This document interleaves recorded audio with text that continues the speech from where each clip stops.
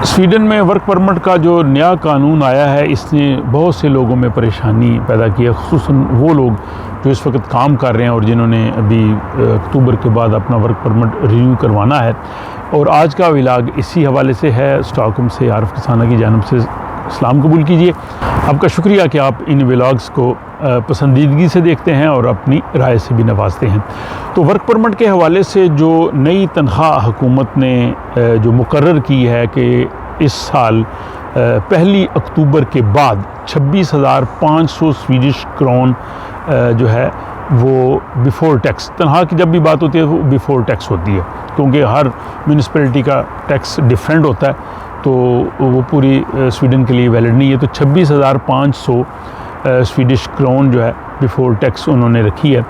अब इस पे जो है यहाँ के जिन लोगों ने तो रिन्यू करवाना है अक्टूबर में, वो तो परेशान हैं ही हैं, या जो लोग मुस्तकबिल में आना चाहते हैं ज़ाहिर उनके लिए भी रास्ता बंद हो रहा है। लेकिन यहाँ ख़ुद स्वीडन में जो ट्रेड यूनियंस हैं, यहाँ जो इदारे हैं जो गैर मुल्की कारकुनों को बुलाते हैं, मुलाजमतें देते हैं जिनको ज़रूरत होती है, वो भी इस चीज़ पे बहुत परेशान है, बल्कि हुकूमत को अपने वो रिजर्वेशन तहफ़्फ़ुज़ात से आगाह कर रहे हैं। एक व्लॉग में आपने देखा था कि स्वीडन के शुमाल में बहुत बड़ी बड़ी फैक्ट्रीज़ लग रही हैं जिसमें गाड़ियों की बैटरियाँ बनेंगी।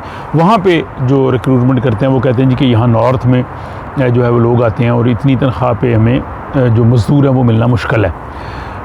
इसके साथ यहाँ पे जो बाकी भी इदारे उन्होंने कहा जी कि होटल और रेस्टोरेंट्स जो है इस ब्रांच में जो इब्तदाई तनख्वाह है वो 19,400 स्वीडिश क्रोन है। और इसके साथ जो लोग उम्रसीदा लोगों की देखभाल करते हैं वार्ड में, उनकी जो तनख्वाह है वो 18,833 स्वीडिश क्रोन से शुरू होती है।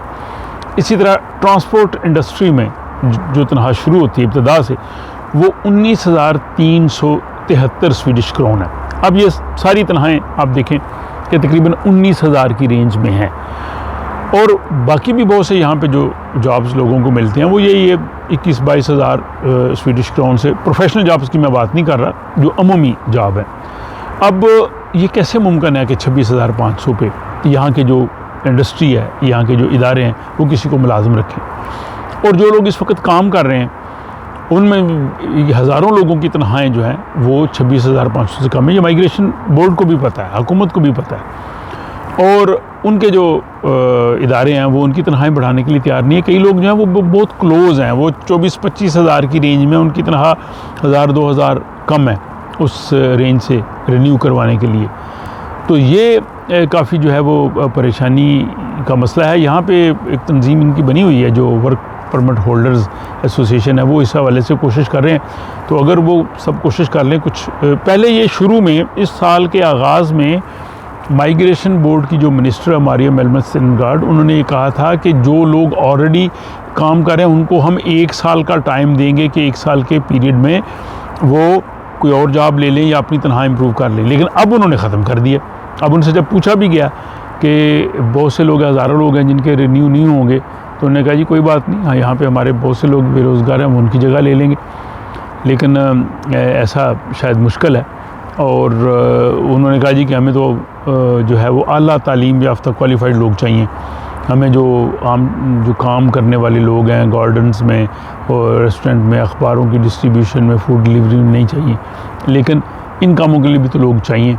और अगर ये यहाँ पे नहीं लोग होंगे तो मैं समझता हूँ कि यहाँ की इंडस्ट्री और यहाँ के माशरे को भी इन चीज़ों की ज़रूरत है। बहरहाल ये अपडेट्स से, इस हवाले से जो भी अपडेट्स आ रहे हैं वो आप इन व्लॉग्स की सूरत में देख रहे हैं। अपना ख्याल रखिएगा, अपनी राय से ज़रूर आगाह कीजिए और अगले व्लॉग तक के लिए इजाज़त दीजिए।